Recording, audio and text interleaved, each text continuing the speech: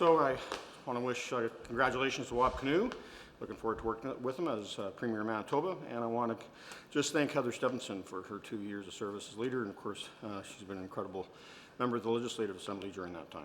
Was this a disappointing result? Of course it was.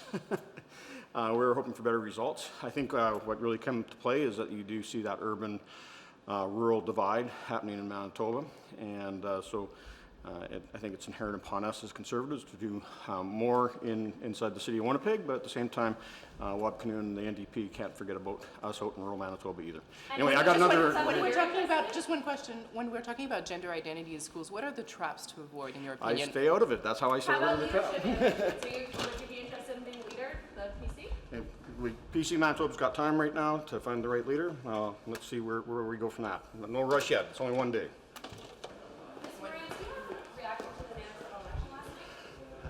I'd like to congratulate Kinew on his historic victory as the 25th Premier of Manitoba, and I wish him well, and I look forward to working with his government in any way that I can as an MP for Manitoba. Do the Conservatives need to try to make more inroads inside the city of Winnipeg and try to bridge that rural-urban divide?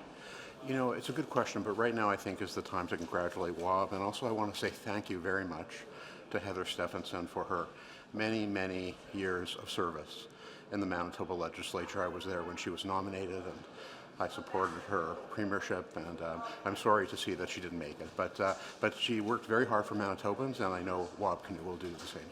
On just one thing, on gender identity issues in schools, is there a trap to avoid, in your opinion? Thank you very much. I actually want to ask you about the Suspend Commission and if you think it's time to make it public. Comment allez-vous? Comment allez-vous? TDDC, le ministre a suspendu les travaux de la Fondation hier. Annoncé ça, qu'est-ce que ça vous dit comme situation? Bien, c'est sûr que c'est une situation quand même très préoccupante. On parle de dizaines de millions de dollars qui auraient été utilisés de façon peut-être pas assez professionnelle, pour rester poli pour le moment. On va attendre les conclusions définitives de l'enquête. Mais c'est sûr que ça nous interpelle. Ça nous interpelle parce que cet argent-là, c'est l'argent des contribuables. Il faut le faire avec parcimonie. Maintenant, est-ce qu'on doit être surpris de voir que malheureusement des agences comme ça ou des fondations comme ça qui sont imprégnées de bonne volonté dépensent de façon un peu moins, pas très, très raisonnable et surtout peuvent se placer en conflit d'intérêts. Alors, écoutez, il faut comprendre que ce gouvernement-là, depuis 9 ans, n'a cessé de toujours dépenser sans compter. Alors, l'exemple vient de haut, mais c'est sûr qu'il faut aller au fond des choses dans cette histoire-là. Est-ce que vous faites confiance à la gestion en place, l'équipe de gestion? C'est eux qui ont vu tout ça se passer. Le gouvernement n'a pas fait de changement au niveau de la gestion de TDDC. Qu'est-ce que vous pensez de la situation? À la face même de l'enquête qui a été dévoilée, dont vous avez parlé dans vos reportages, c'est sûr que ça pose de très sérieuses questions sur la direction de cet organisme-là. Maintenant, laissons le travail se faire de façon correcte, mais c'est sûr qu'à première vue, ce que l'on constate, c'est qu'il y a une façon tout à fait irresponsable de gérer les fonds publics, et on parle de dizaines de millions de dollars, et ça, c'est inacceptable.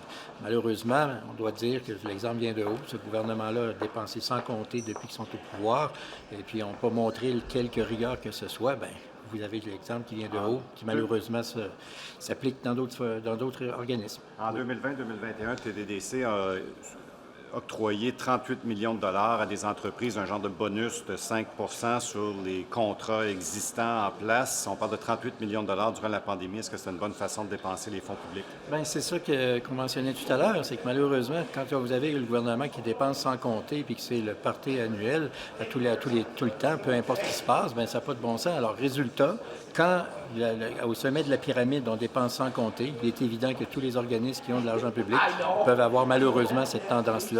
À première vue, les conclusions qu'on voit, c'est ce qui s'est passé, mais en bout de ligne, c'est de l'argent des contribuables. Il faut toujours garder ça à l'esprit. In English, what do you think of the management of SDTC, or do you think they should stay in place and oversee the corrections that are required by the government? Well, obviously, based on what we have seen in the report on CBC and other places, and also the fact that this is an inquiry that is going on, we are very concerned with that.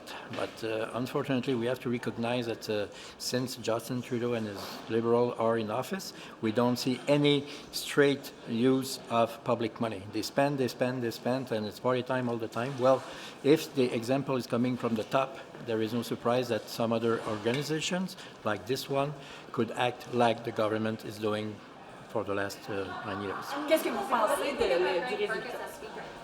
Sorry? What do you think about Greg Fergus being the speaker? He says there needs to be more respect in Parliament. Do you agree with that? Well, obviously, we have to make our the best effort to have a good attitude in the House of Commons. Funny thing is that Greg Fergus is my member of Parliament when I live here, when I work here, so I'm part his constituent. But I have a lot of respect for him, and I wish him the best. And as one of the 338 members, we have to do our homework too. We have to be a little bit more disciplined, and I take good advice on that. Any comment on reports that the RCMP is investigating allegations of misconduct? Ben, j'ai vu ça un peu comme tout le monde, sincèrement, je pense. Est-ce que c'est le signe qu'il faut laisser de côté les questions d'identité de genre? Écoutez, lors des enjeux et les enjeux provinciaux, je me fais une fierté de dire que je ne fais pas de commentaires. Au Québec, vous comprendrez que je ne fais pas de commentaires sur ce qui s'est passé au Manitoba. On prend acte de ce qui s'est passé. Simplement vous Les dire que... tactiques de fin de campagne, publicité négative, etc., ce genre de trucs. Ben, il n'y a pas une élection qui est pareille, il n'y a pas une ambiance qui est pareille, il n'y a pas un sujet qui est pareil. Donc, chacun fait la campagne à sa façon. Je vous dirais que le seul élément que j'ai pu faire, ben, j'ai vu que la fille de M. Lamoureux avait été élue. Alors, j'ai souhaité j'ai envoyé un petit message à son papa. Any comment on allegations that the RCMP is investigating allegations of misconduct involving an outsourced IT project at CBSA? It's in the Globe and Mail today. Sorry, I've not paid any attention to that. I have so much respect for you that I will not, trying to say something very serious and very accurate, I don't know what You you're look talking very about. serious there. Right here. Do you think that we should revisit the Duchesne Commission, that should be looked at again? I don't think so. I think obviously that the tragedy, because as far as I'm concerned, this has been a tragedy, what happened 10 days ago. We have to learn from that as a parliamentarian. We have to learn from that, as far as I'm concerned, from the executive branch of this government, which is the Prime Minister's office. They have a role to play on that, but I don't think it's an occasion to review it. As I said in the House, my father was a veteran. He passed away a few months ago, but I can't imagine what could have been his reaction, looking at his son giving a standing ovation to a Nazi. He fought the Nazi. He spent all his life, with parcel of grenade who exposed to him, all in this boîte crânienne for all his life. I thought about him when I rediscovered it. En français, pensez-vous qu'il y a des documents de la commission des chaînes qui devraient être rendus publics? Je ne suis pas dans cette réflexion-là actuellement. Je pense que comme parlementaire, on a tous à se poser des questions sur ce qui s'est passé, à revoir notre façon de faire. Et quand je dis parlementaire, j'inclus là-dedans la branche de l'exécutif. Moi, j'estime que le premier ministre avait un rôle à jouer et qu'il ne l'a pas fait. C'était tellement plus réconfortant pour les Canadiens d'immédiatement reconnaître les torts et d'assumer pleinement, ce qui n'a pas été le cas. Au moment où je vous parle, je ne peux pas vous dire que je suis dans cet état d'esprit-là. Comme je vous ai dit tantôt en chambre, j'en ai parlé. Je suis un fils de vétéran de la Deuxième Guerre mondiale. Mon père a passé sa vie avec des éclats d'obus allemands sur sa boîte crânienne qu'on n'a pas pu enlever parce que c'est pendant la guerre que ça s'est passé. J'aurais compris que je suis un petit peu pas mal plus touché que la moyenne des ours là-dessus. C'est terrible parce que le vendredi en question, j'avais vécu un de mes plus beaux moments au Parlement.